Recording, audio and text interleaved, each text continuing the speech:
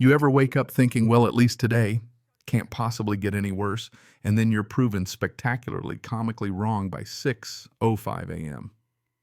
Yeah, that was me, Sebastian Hayes, out in my driveway in nothing but last night's wrinkled boxers, shivering on concrete colder than my ex-wife's heart, watching as Karen Whitfield, our beloved HOA president and self-declared water tyrant, smirked with a clipboard while a crew smashed my $300 200 rainwater tanks to pieces. No warning. Just the high-pitched shriek of metal, 800 gallons of beautiful, clean rainwater gone gushing straight into the storm drain like a cruel magic trick. There went a year's worth of work and the only water supply keeping our community garden alive. And the best part, Karen was grinning like she'd just saved the world, totally clueless that her victory meant 30 of our seniors' people choosing between medication and groceries just lost the only thing keeping fresh veggies on their plates. That's when I realized she didn't just destroy my project. She'd started a war with a quiet, off-grid electrician who hates bullies more than wet socks. Payback was coming. Oh, trust me. If you think your HOA has horror stories, you might want to grab some popcorn and stick around. 6 months ago, moving to Willowbrook felt like a stroke of genius. Quiet neighborhood, decent commute, backyard big enough to chase a tomato-growing dream.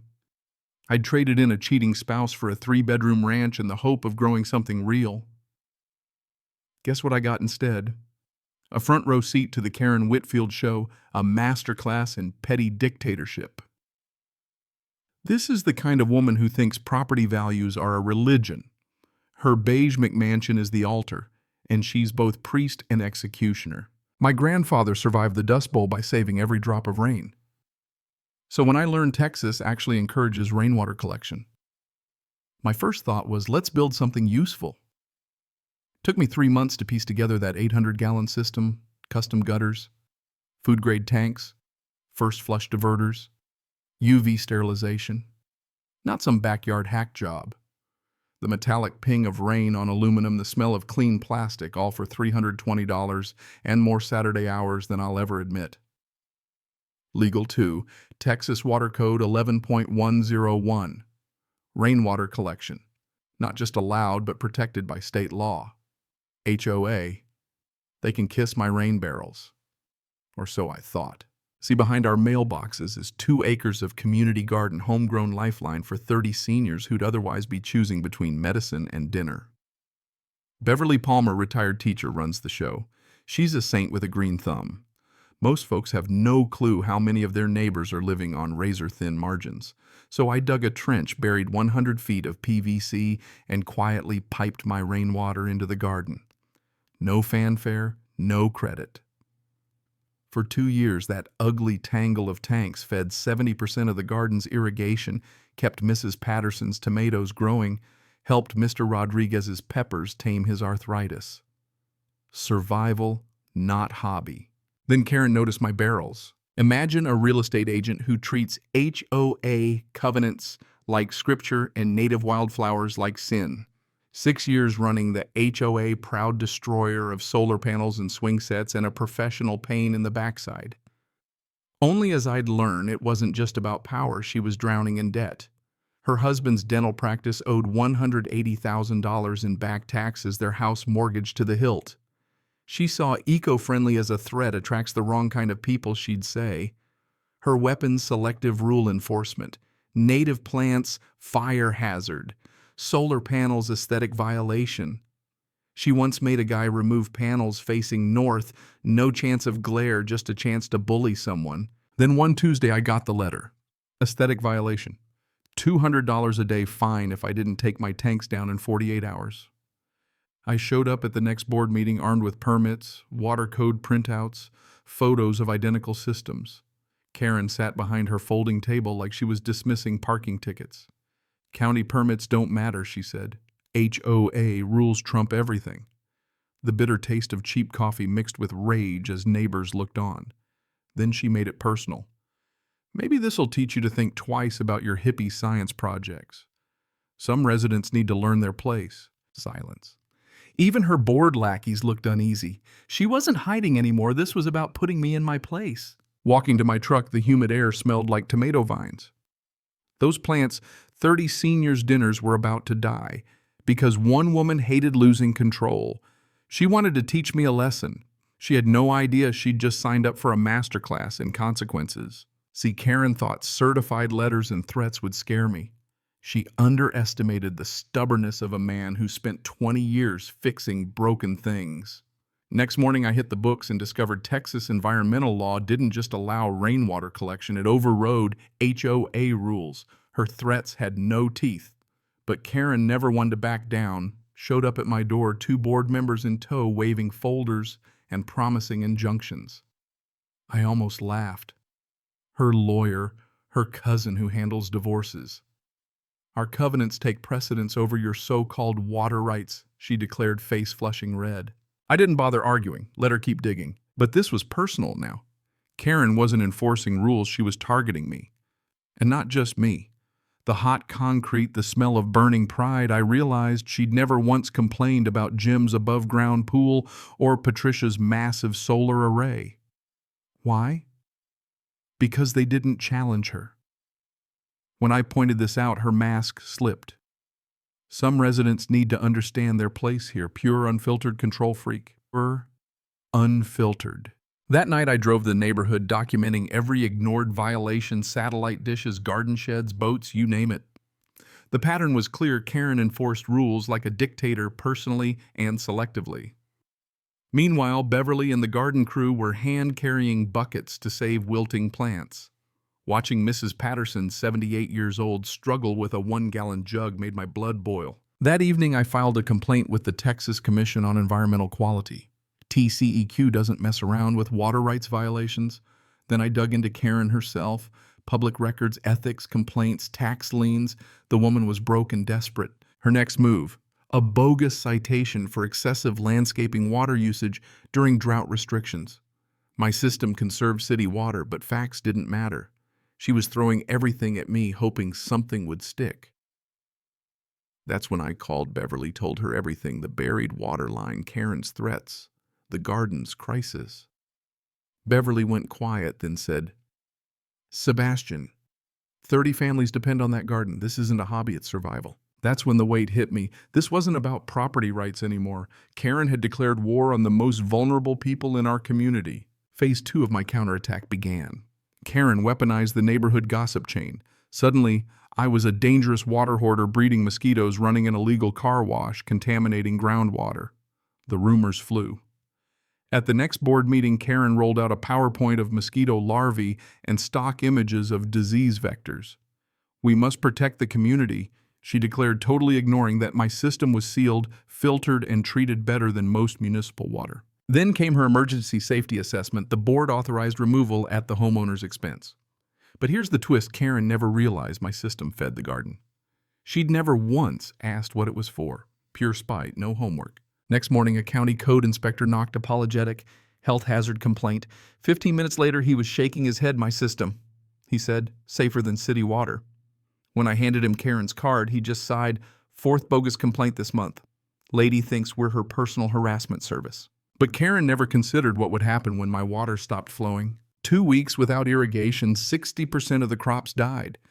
Beverly tried bucket brigades, but 70-year-olds can't maintain 2 acres with milk jugs.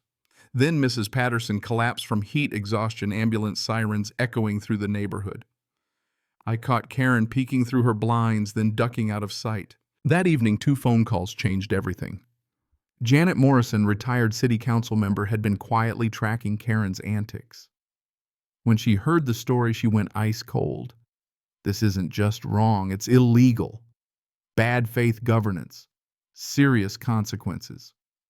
Tom Henderson, our subdivision plumber, agreed. She picked the wrong fight. But the real twist came at midnight. Beverly called. Mrs. Rodriguez was in the hospital. Malnutrition. She's 83, Sebastian. She can't afford both blood pressure meds and food. The phone felt heavier than a cinder block. Karen had declared war on a food source that kept seniors alive, and she didn't even know it existed. By morning, I had everything I needed to destroy Karen: documentation, legal code evidence of harassment, financial records, the works. Time to show her where bullies end up. Karen's next week was a festival of desperation. Code complaints for unpermitted wiring, all legal drought violations. My system saved water, commercial agriculture, accusations for growing suspiciously large tomatoes. The inspector finally threatened Karen with harassment charges. Meanwhile, the garden failed. 75% crop loss. Elderly folks stood over dead plants like mourners at a funeral. But Janet had been building a case file worthy of a crime show. Every ignored HOA violation, every discriminatory statement, every targeted enforcement. And the kicker: the original 1987 HOA charter required water conservation. Karen was breaking her own rules while sitting in the president's chair. Then came the real gut punch. Janet found a contract. Karen's real estate firm had exclusive rights to develop any failed HOA common areas. If the garden went under, she could flip it for a $250,000 commission and save her sinking ship. All that destruction, it wasn't ignorance. It was calculated profit. I realized Karen knew exactly what she was doing. If the state investigation proved she'd sabotaged a food source for personal gain, she'd face fines, criminal charges, and personal liability. She'd gambled everything on residents staying ignorant. Then came Karen's Hail Mary attempted bribery. She offered me $2,000 to voluntarily remove my system, plus immunity from future violations. Gag clause and all. Consider it a fresh start, she said, face tight as a drum. I asked what would happen to the garden if my tanks disappeared. She blinked. What garden? Exactly.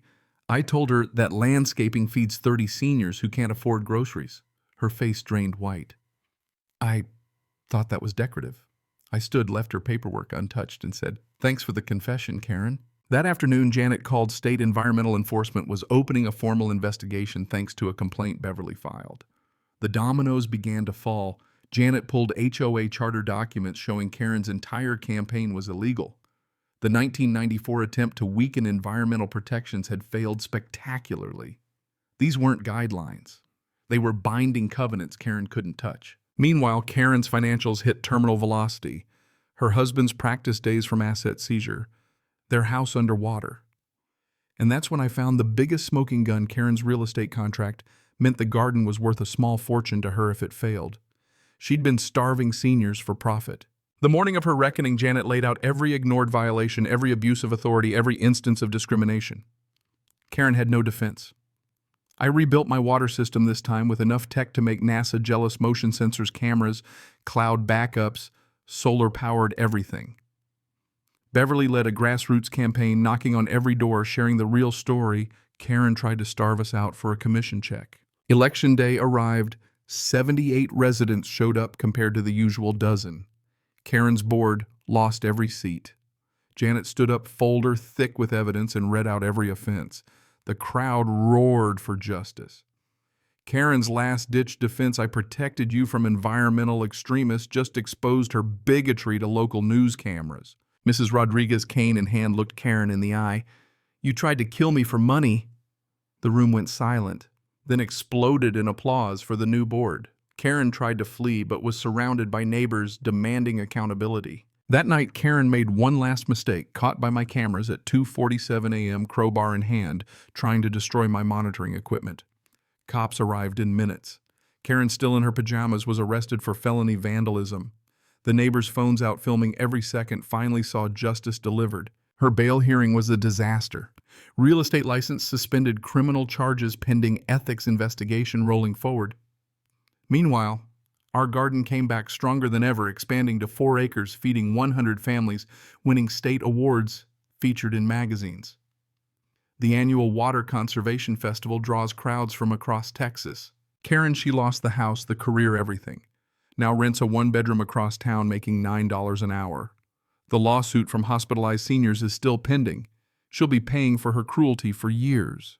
But the real win is what we built: Neighbors United Seniors, thriving, a community that learned bullies only win when good people do nothing.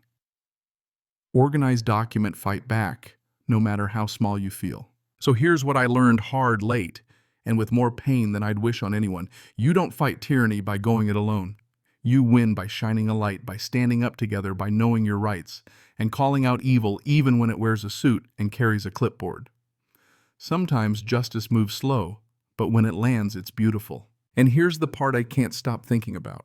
If someone with a little power is willing to destroy everything good in your world just for a buck, how far would they really go if nobody stopped them? Where's the line between leadership and tyranny? I'd love to hear your take.